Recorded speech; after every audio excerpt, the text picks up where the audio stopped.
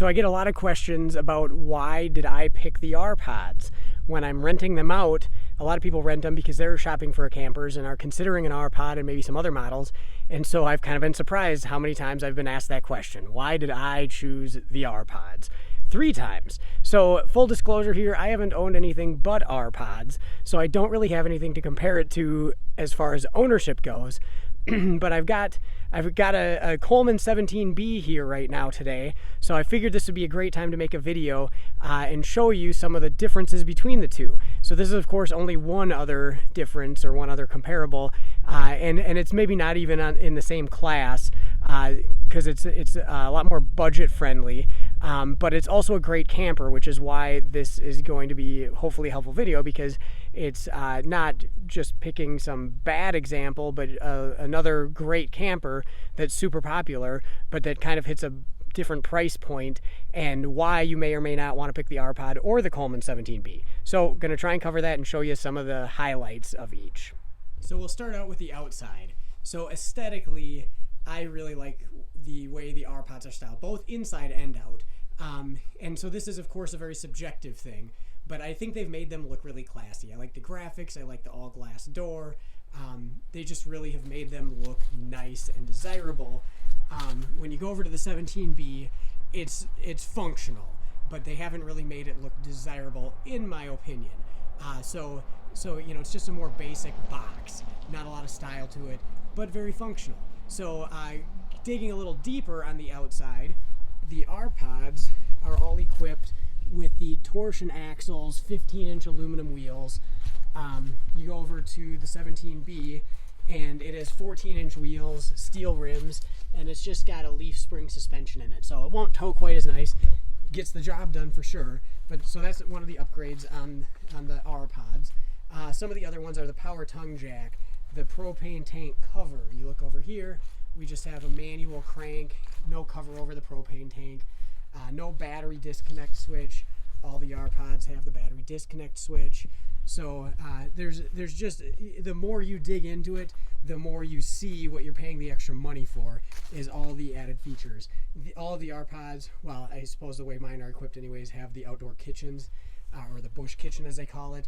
This one has the rail on the side that you can mount the griddle and a small table. My 2020 190 has a slide out 2-burner cooktop that slides out of the front storage compartment there.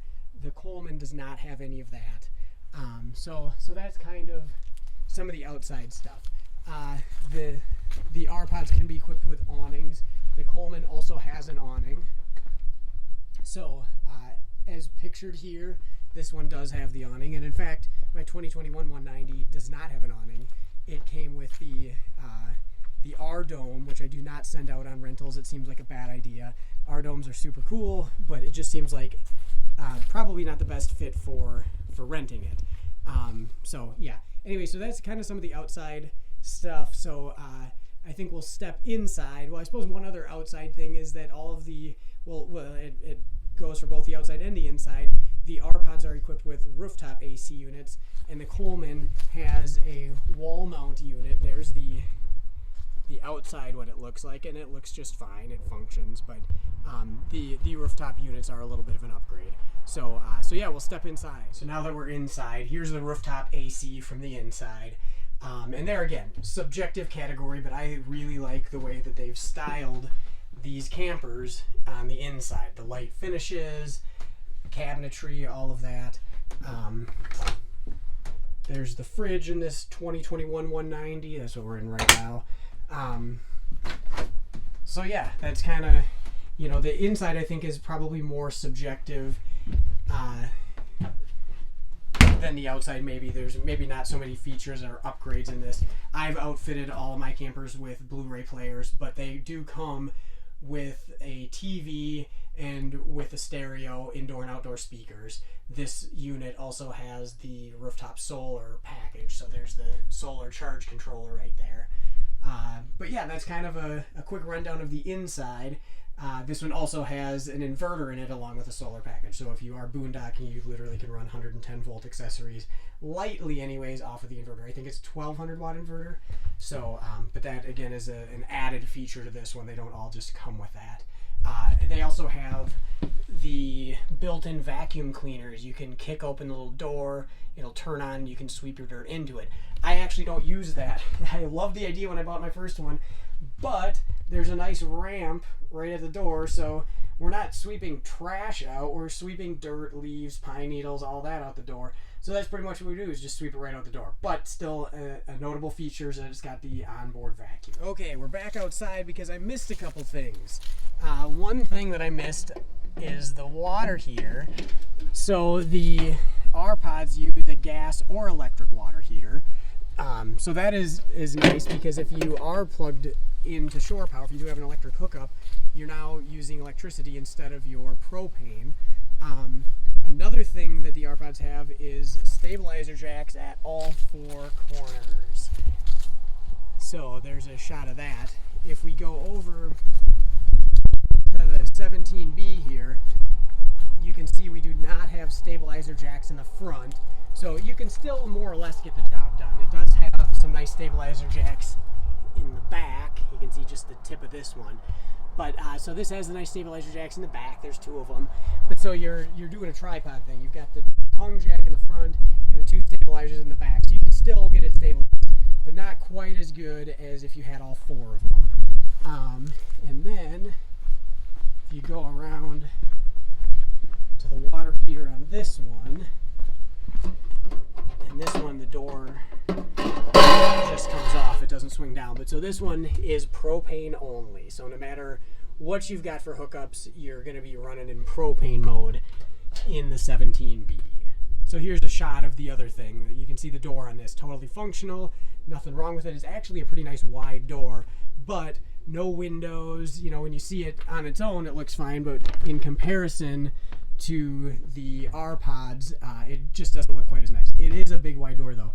Here's another thing, as long as I got this door open, this does not have the friction hinge, so this door will kind of just swing in the wind, and the R-Pods all have the friction fit doors, so they resist swinging in the wind. So stepping inside to 17B, you can see here's the wall mount AC unit, and this does also come with a stereo with some inside speakers on the ceiling here. One of the other features I forgot to mention in the R-Pod, but all these lights, you just need to press the on-off button in the center of them. On the R-Pod, there's actually a master light switch that will turn all of them on and off.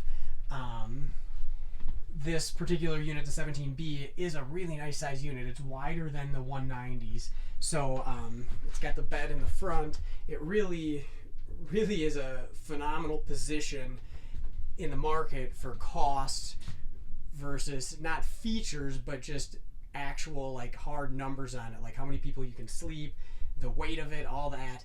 They've really nailed it good with these 17Bs. So yeah, you step inside this, and size isn't a concern in this. You know, it's still a compact camper. It's not, you know, some huge 34-footer, but they've done pretty well. There's the bunk beds in the back of this one. This one also has a similar size fridge to what the 190s have.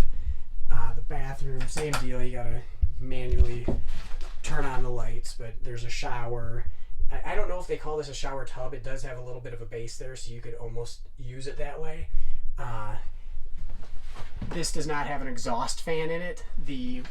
All of the R-Pods have the Max Air exhaust fan, which is a really nice fan. So yeah, similar cooktop, although the R-Pods have a glass cover. It's recessed into the counter, and they've got a glass cover that goes over it, so you can use it as counter space when you're not cooking something. So yeah, hopefully that gives you a pretty good rundown of some of the pros and cons.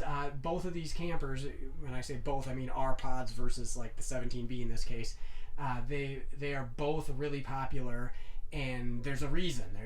They both knocked it out of the park, but the R-Pod definitely packs a lot more features, and that's why you're paying the money. So if you don't want to pay the money, if you want to get more of a budget camper that just simply has the sleeping capacity, lightweight, very towable, all of that, then the 17B is a good option.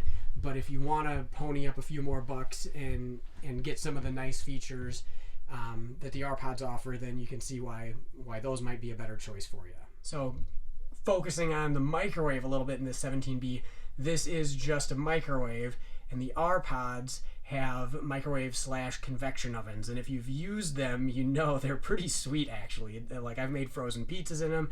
The usual R-Pod thing is cinnamon rolls. I'm not sure why, but we've done that because I guess you just have to do that if you have an R-Pod.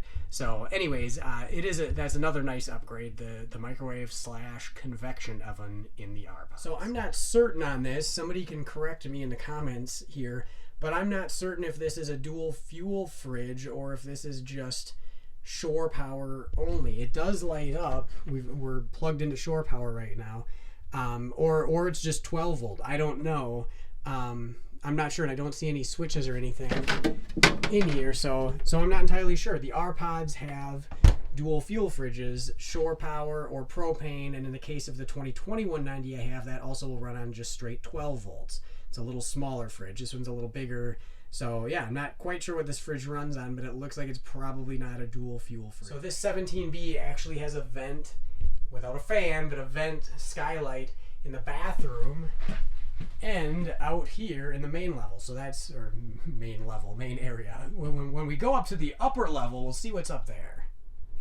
Back on the outside here, there is no awning light or porch light, the small orange light that the R-Pods are equipped with. So it is very nice having some outdoor lighting on these things, because when you set up camp, it gets dark, and definitely nice to be able to kick on a provided included light, whether it's under the awning or the porch light or whatever. So that is another feature that this 17B does not have.